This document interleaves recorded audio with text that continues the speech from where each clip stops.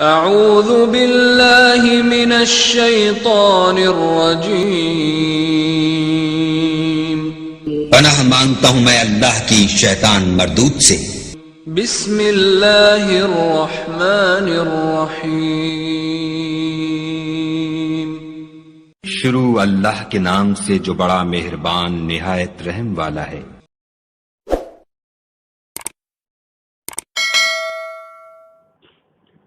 کسی بھائی کا سوال ہے کہ نماز محمدی اور نماز حنفی میں کتنا فرق ہے؟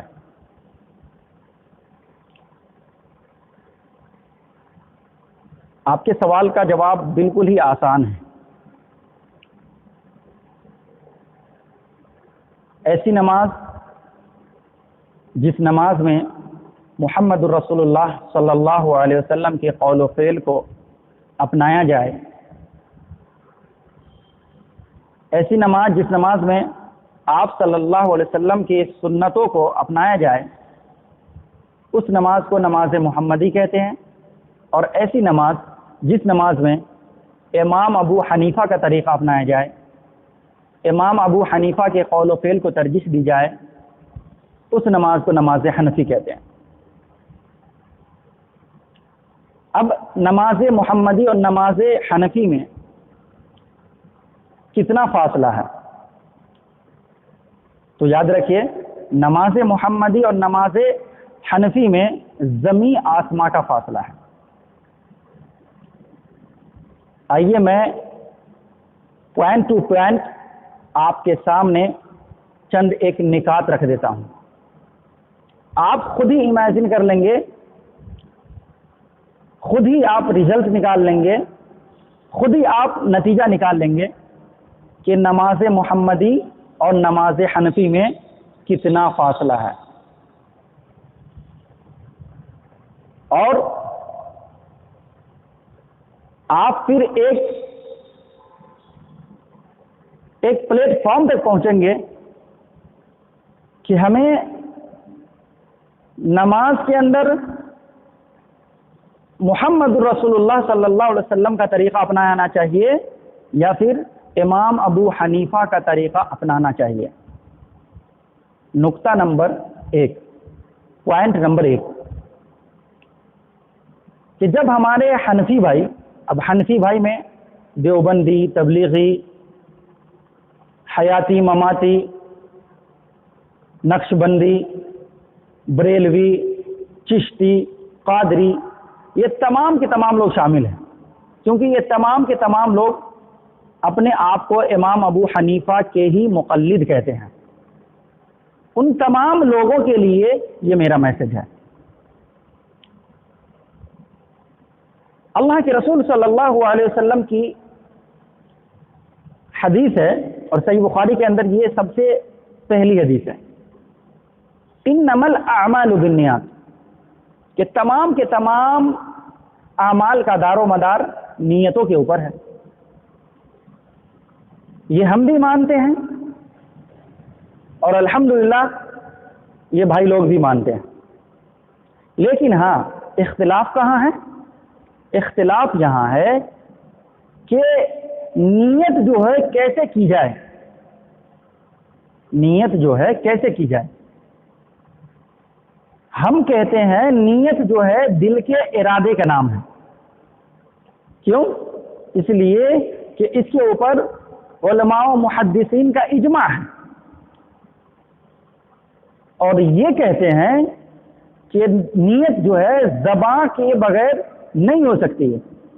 مثال کے طور پہ اگر کوئی بندہ ابھی نماز ظہر ادا کرے یا نماز عصر ادا کرے یا کوئی بھی نماز ادا کرے یا نماز جنازہ ادا کرے،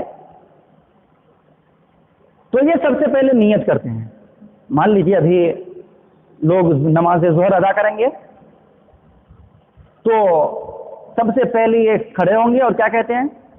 میں نیت کرتا ہوں ظہر کی نماز کی، اس امام کے پیچھے منہ میرا قبلہ رخ، اللہ اکبر، اسی طریقے سے کرتے ہیں نا۔ یعنی یہ زبان سے بولنا ضروری ہے، نہیں تو نماز نہیں ہوگی۔ میرے بھائیو ذرا سا آپ سوچئے، لاجک بھی اختیار کر لیجئے، کامن سینس سے بھی آپ ذرا سا سوچئے، کامن سینس لگائیے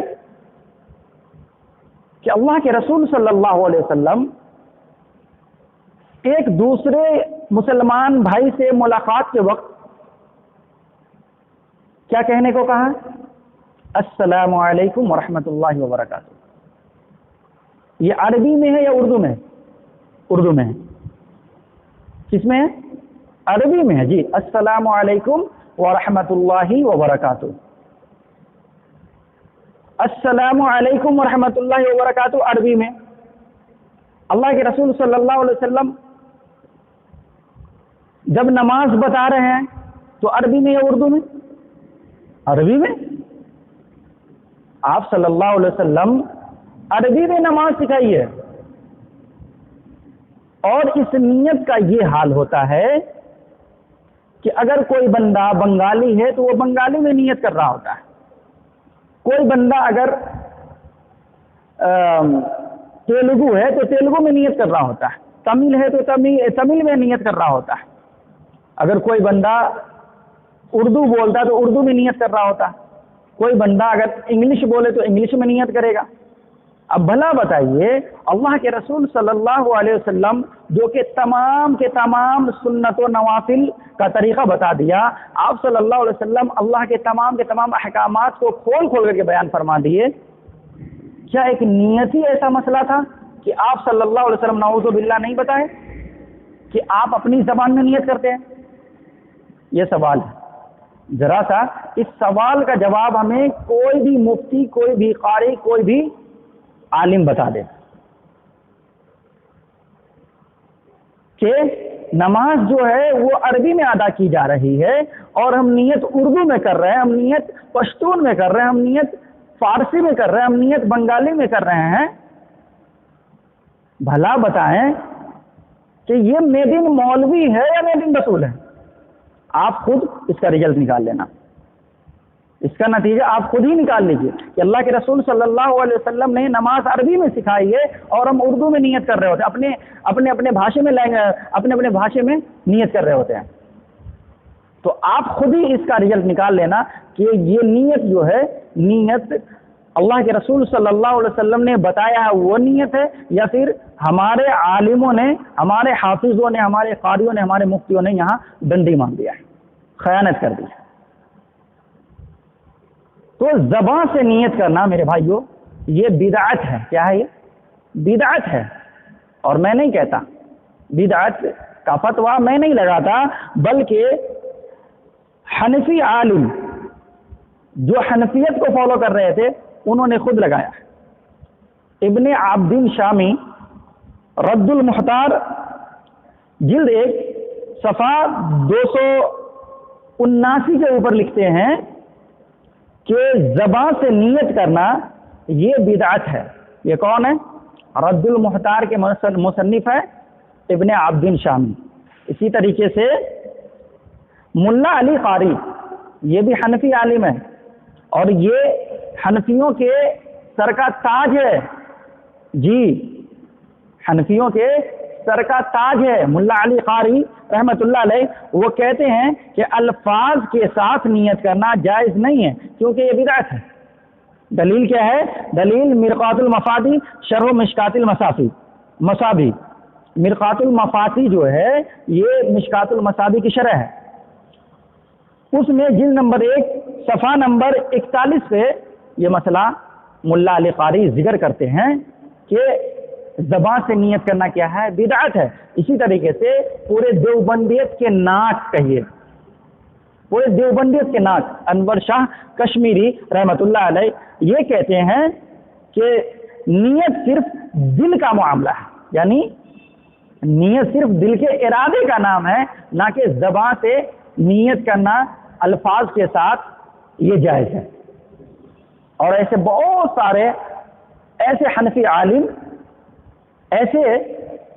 حنفی عالم جو کہ علم میں رسوخ رکھتے ہیں، جو کہ قرآن و حدیث کو صحیح سے سمجھتے ہیں، ان لوگوں نے بھی زبان کے ساتھ نیت کرنا بدعت کہا ہے۔ اب آپ کے اوپر یہ فیصلہ ہے کہ آپ زبان کے ساتھ نیت کریں گے یا پھر دل میں نیت کریں گے۔ مثال کے طور پہ اور میں تھوڑا سا سمجھا دیتا ہوں۔ اگر کوئی بندہ مان لیجئے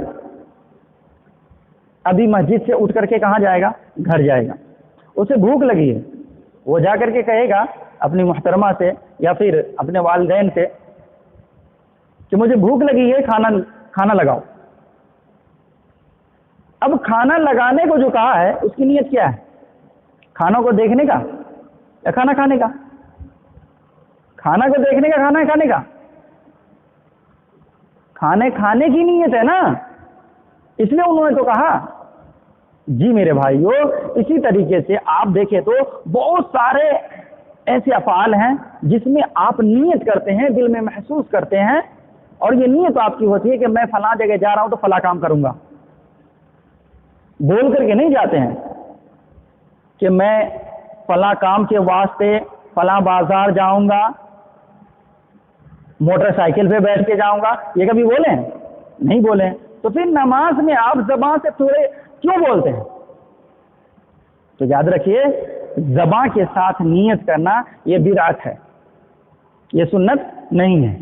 ہاں، سنت نبی صلی اللہ علیہ وسلم میں نیت کا مقام کیا ہے؟ نیت کس کو کہتے ہیں؟ دل کے ارادے کا نام نیت ہے۔ اسی طریقے سے آئیے میں دوسرا نقطہ آپ کو بتاتا ہوں کہ زبان کے ساتھ نیت کرنا اور اس کے بعد جو ہے جب یہ نماز کے لیے کھڑے ہوتے ہیں تو یہ پہلا نقطہ ہے ان کا کہ جب نماز کے لیے کھڑے ہوتے ہیں تو آپ بھی دیکھے ہوں گے کہ یہ 2-2 فٹ دور کھڑے ہوتے ہیں۔ یاد رکھیے گا اس درس کا موضوع کہ حنفی نماز کا تحقیقی جائزہ اور اس بھائی کا سوال کہ نماز محمدی اور نماز حنفی میں کتنا فرق ہے۔ یاد رکھیے گا میں نے کیا کہا کہ زمین اور آسمان کا فاصلہ ہے۔ جب ان کی نماز کھڑی ہوتی ہے تو سب بندی ہوتی ہے تو آپ دیکھے ہوں گے کہ 2-2 فٹ لوگ کھڑے ہیں، دور کھڑے ہیں، ایک یہاں ایک وہاں ایک وہاں ہے۔ آپ پوچھیں ان سے کہ بھلا بتائیں اس کی کیا دلیل ہے کہ آپ 1-1 فٹ 2-2 فٹ لوگوں کو دور کھڑے کر رہے ہیں؟ امام صاحب کے پاس تو کوئی جواب ہی نہیں ہوتا، کیونکہ امام صاحب حدیث کے فیلڈ میں تو زیرو ہی ہوتے ہیں۔ بس سن کر کے مفتی صاحب کو سن کر کے لوگوں کو فضائل اعمال کا درس دے رہے ہوتے ہیں، منتخب حدیث کا درس دے رہے ہوتے ہیں، اس کے علاوہ تو کچھ آتا جاتا ہے ہی نہیں ہے۔ ہاں، جو لوگ ان میں عالم ہیں یعنی کچھ علم رکھتے ہیں حدیثوں کا تو وہ ایک دلیل دیں گے آپ کو، لیکن دلیل کا نام بھی نہیں بتائیں گے کہ یہ دلیل کہاں ہے۔ مثال کے طور پہ صحیح بخاری میں ہے، صحیح مسلم میں ہے، سنن ترمذی میں ہے، سنن نسائی میں ہے، یعنی کس حدیث کی کتاب میں ہے یہ اکثر آپ نہیں سنیں گے۔ بہرحال میں بتا دیتا ہوں، یہ دلیل پیش کیا کرتے ہیں؟ سنن نسائی حدیث نمبر 893، سنن نسائی حدیث نمبر 893، حضرت عبداللہ ابن مسعود رضی اللہ تعالیٰ عنہ کی روایت ہے کہ انہوں نے دیکھا، رأى رجلا، انہوں نے دیکھا ایک شخص کو نماز پڑھ رہا تھا۔ اور کیسے نماز پڑھ رہا تھا؟ دونوں پاؤں کو ملا کر کے نماز پڑھ رہا تھا، ایسے کر کے دونوں پاؤں کو جوڑ کر کے نماز پڑھ رہا تھا۔ کون دیکھ رہے ہیں؟ حدیث کو غور سے سمجھیے۔ حضرت عبداللہ ابن مسعود رضی اللہ تعالیٰ عنہ ایک شخص کو دیکھ رہے ہیں، وہ نماز پڑھ رہا ہے اور دونوں پاؤں کو جوڑ کر کے نماز پڑھ رہا ہے۔ تو حضرت عبداللہ ابن مسعود رضی اللہ تعالیٰ عنہ کہتے ہیں خالف السنہ، کہ اس نے سنت کی مخالفت کی ہے۔ حضرت عبداللہ ابن مسعود نے کیا کہا اس بندے سے جو پاؤں کو جوڑ کر کے نماز پڑھ رہا تھا، ملا کر کے نماز پڑھ رہا تھا، کہ اس نے سنت کی مخالفت کی ہے۔ میرے نزدیک یہ بہتر ہوتا کہ یہ بندہ اپنے دونوں پاؤں کو الگ الگ کر لیتا۔ تو کتنے بندے نماز پڑھ رہے تھے؟ ایک بندہ نا۔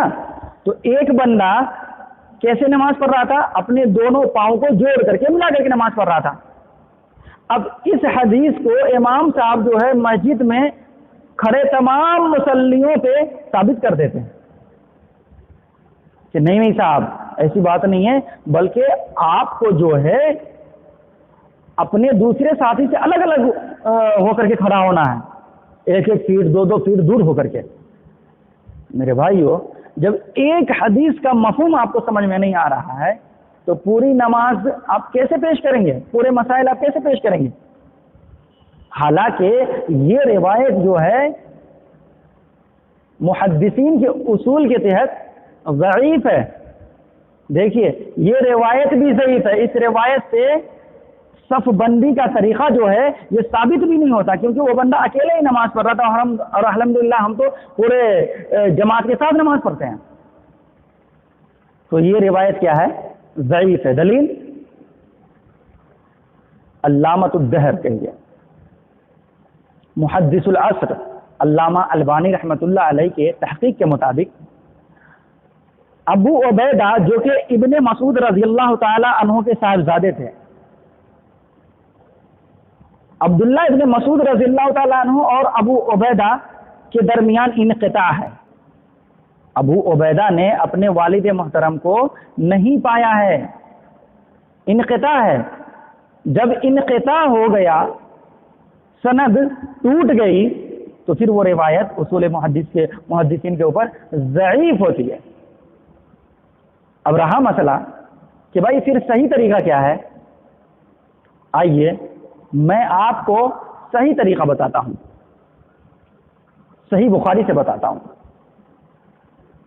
اللہ کے رسول صلی اللہ علیہ وسلم جب نماز پڑھاتے تھے تو سب بندی کیا کرتے تھے، اور آپ صلی اللہ علیہ وسلم کے بارے میں یہ حدیث بھی آپ نے سنا ہی ہوگا کہ آپ صلی اللہ علیہ وسلم جو ہے سب کو بالکل سیدھی سیدھی کیا کرتے تھے، ایک دم بالکل سیدھی، سب ادھر ادھر نہیں۔ اگر کوئی بندہ تھوڑا سا ادھر پیچھے ہوتا یا آگے ہوتا، تھوڑا کسی کا سینہ نکلا ہوا ہوتا، کسی کا کوہان پیچھے کی طرف ہوتا، یعنی اس طریقے سے مطلب ہوتا کہ کوئی آگے ہے کوئی پیچھے ہے، تو آپ صلی اللہ علیہ وسلم ایک چھڑی رکھا کرتے تو کہتے تھے تھوڑا سا آگے آ جاؤ، تھوڑا سا تم پیچھے چلو۔ تو آپ صلی اللہ علیہ وسلم نے فرمایا کہ دیکھو تم لوگ اپنے صفوں کی بہترین طریقے سے سب بندی کیا کرو، کیونکہ میں تم لوگوں کو اپنے پیچھے سے بھی دیکھتا ہوں۔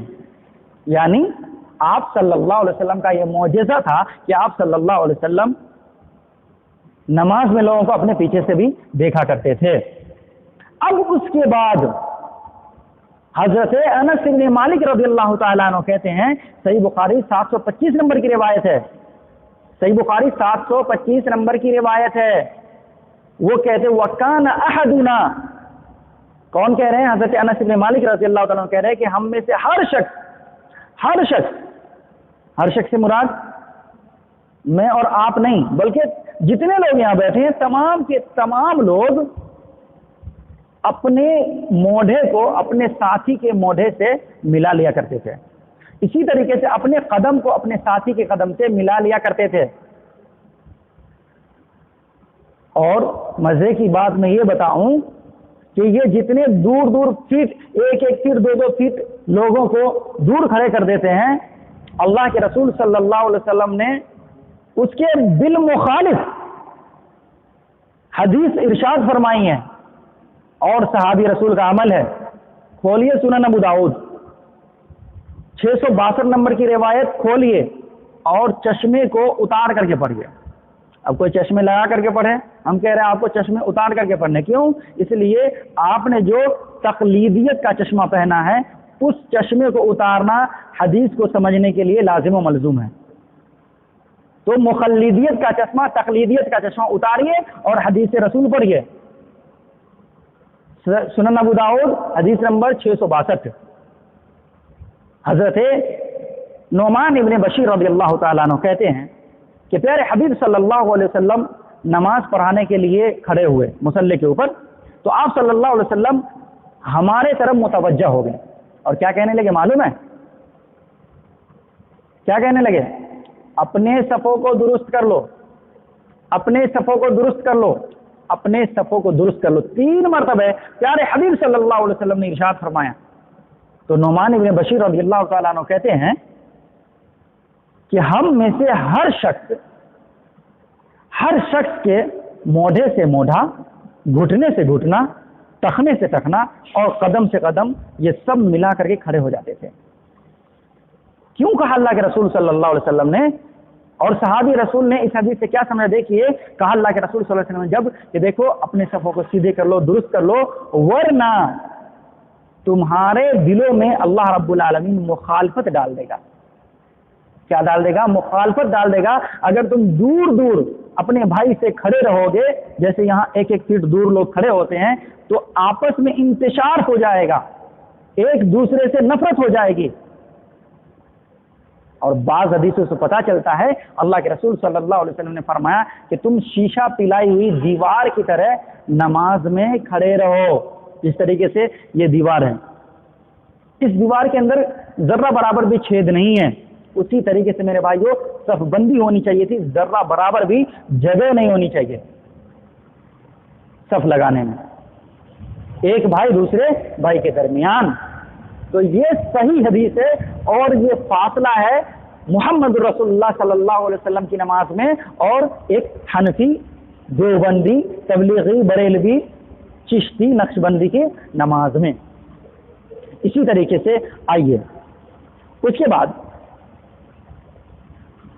جب یہ لوگ صف بندی کر لیتے ہیں تو امام صاحب کیا کہتے ہیں؟ اللہ اکبر کہتے ہیں نا.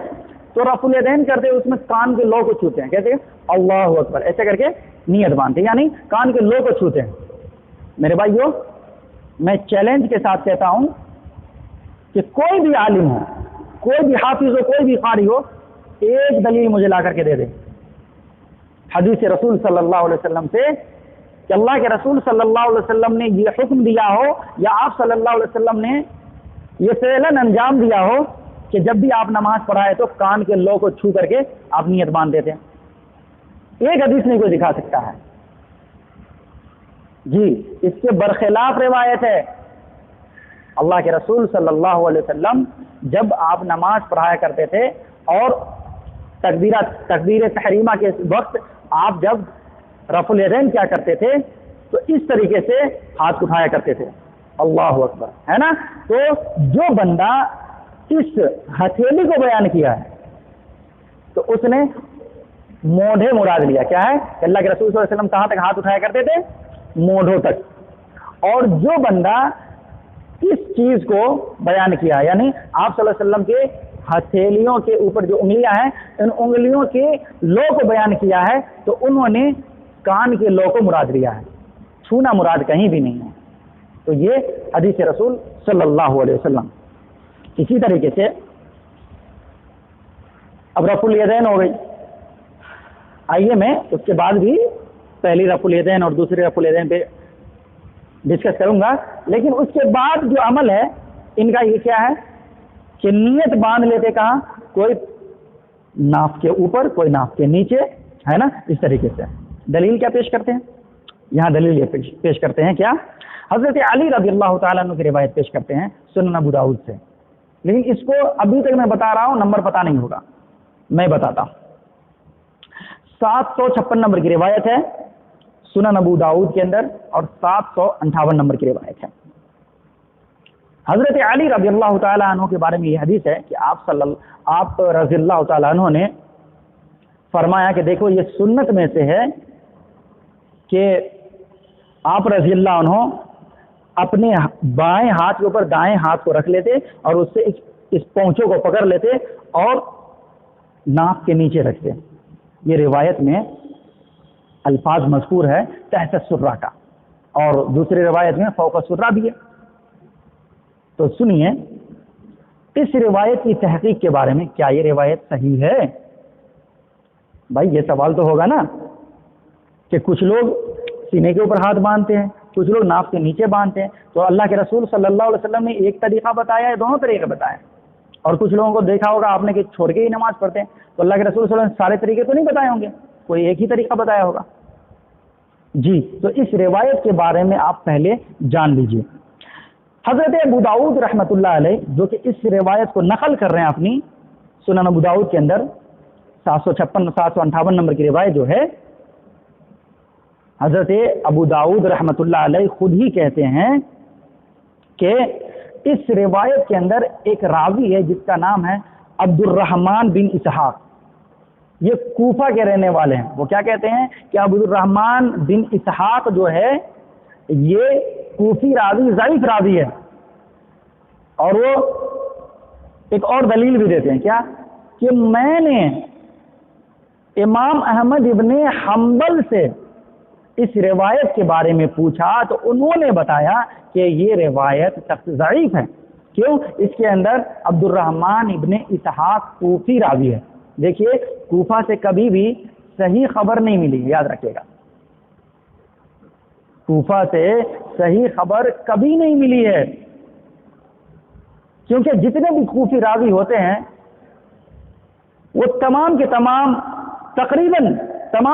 راوی تقریباً سمجھیے راویان حدیث ضعیف ہی ہوا کرتے ہیں، یا تو مدلس ہوا کرتے ہیں، یعنی کلام اکثر راویوں کے اوپر ہوتا ہے۔ اس لیے میں کہتا ہوں کوفے کو چھوڑ کر کے مدینے والوں کو پکڑو، کوفے والوں کو چھوڑو اور مدینے والوں کو پکڑو،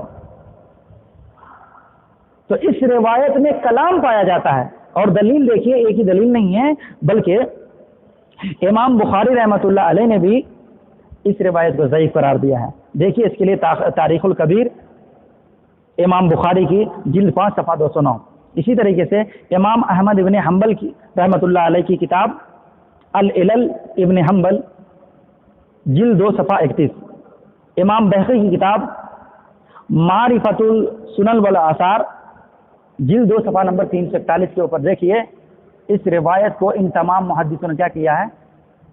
ضعیف قرار دیا ہے۔ اس کے برعکس اللہ کے رسول صلی اللہ علیہ وسلم کی روایت صحیح ابن خزیمہ کے اندر تقریباً 449 نمبر کی روایت ہے کہ اللہ کے رسول صلی اللہ علیہ وسلم جب نماز پڑھاتے تو آپ صلی اللہ علیہ وسلم سینے کے اوپر ہاتھ باندھا کرتے تھے۔ کیوں؟ اس لیے میں کہہ رہا ہوں وائل ابن حجر جو راوی حدیث ہے وہ کہتے ہیں کہ میں محمد رسول اللہ صلی اللہ علیہ وسلم کی نماز کو بغور دیکھ رہا تھا کہ آپ صلی اللہ علیہ وسلم نیت کیسے باندھتے، آپ صلی اللہ علیہ وسلم کیسے رفع الیدین کرتے، آپ صلی اللہ علیہ وسلم کیسے سجدے میں جاتے ہیں، آپ صلی اللہ علیہ وسلم کی نماز کا طریقہ کیا ہے۔ تو وائل ابن حجر رضی اللہ تعالیٰ عنہ کہتے ہیں کہ آپ صلی اللہ علیہ وسلم نیت باندھتے تھے کہاں؟ سینے کے اوپر۔ اب آپ خود ہی امیجن کیجئے کہ آپ کو صحیح حدیث پہ عمل کرنا چاہیے یا ضعیف حدیثوں کے اوپر عمل کرنا چاہیے۔